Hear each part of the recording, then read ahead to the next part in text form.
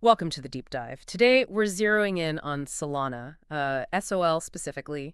We're looking at some recent technical analysis. Right. And our goal here is really just to pull out the key takeaways for you, what the charts might be saying, what to look out for, without getting, bogged down in all the jargon. Exactly. We've Mhm. looked at a video that breaks down the price action, Yeah. and we want to distill the important bits, the stuff that matters for what might happen next, near term. Okay, so first up, the analysis points to Solana sort of hanging around the 38.2% Fibonacci retracement level. What does that actually signal? Well, think of those fib levels as potential zones traders watch. Yeah. Being at the 38.2% often suggests a pause, Well, pause. Okay. Yeah, consolidation. The price isn't really making big moves up or down right now. It's like the market's taking a breath. These levels can act like psychological points. Got it. Taking a breath. And the analysis also mentioned a rally that was kind of expected. That actually happened. Yes, exactly. We saw that bounce. That move higher occurred. So we got the bounce. But the big question now is, what's next?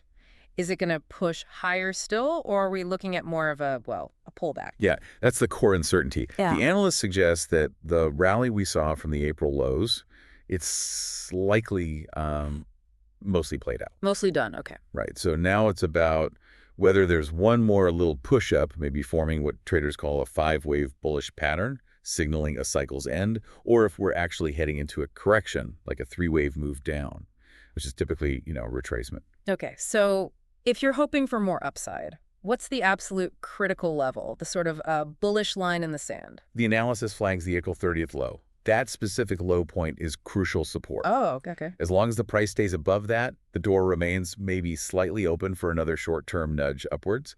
It's really the key defense point for buyers right now. The last stand, maybe. Potentially, for this immediate leg, yeah. Sure.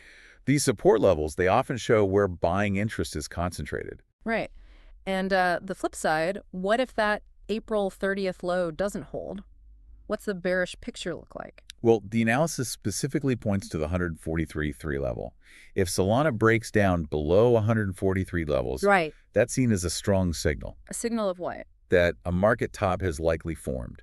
Basically, it would suggest the recent uptrend is probably over, at least for the time being. Okay, a top forming below $143. And Yeah. if that happens, if we break $143, where might the price actually go? What's the downside target zone? In that scenario, the expectation shifts to a deeper pullback.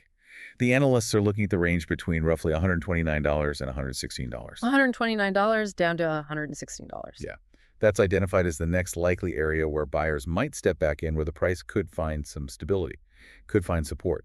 So taking all this in, it sounds like the analyst, the source here, is pretty cautious, kind of in a wait-and-see mode. That sums it up well, yeah. Hmm. They're not making a hard bet either way right now. It's more about waiting for the market to show its hand. Yeah. Waiting for confirmation, see how the price actually reacts around these key levels we talked about. Makes sense. So for you following Solana, the levels to really watch are that $143 breakdown point, Mm. and then that potential support zone, $129 to $116. Mm. Got it. Now, stepping back a bit, even if someone listening isn't holding Solana, what's the broader takeaway here? Well, it's interesting because this whole situation, the consolidation, the key support levels, the potential for a break, it's a pattern you see again and again, right? Sure, across different assets. Exactly. In crypto and stocks, you name it. Understanding these basic technical ideas like support and resistance gives you a framework. It helps you interpret price action more generally. Technical analysis is really just about using past price and volume data to try and gauge potential future moves. That's a useful perspective. So thinking about these Solana levels then, maybe the bigger question for you, the listener, is how does this kind of analysis influence how you read market signals, regardless of what you hold? Yeah, and perhaps what other digging might be useful for you now. Right, maybe you looked at charts for other coins or even traditional stuff, see if similar patterns are playing out. It definitely raises that point about identifying potential turning points. How do you spot levels that might signal a real shift in trend in any market? Maybe, digging a bit deeper into how analysts actually find and use these support and resistance zones could be worthwhile.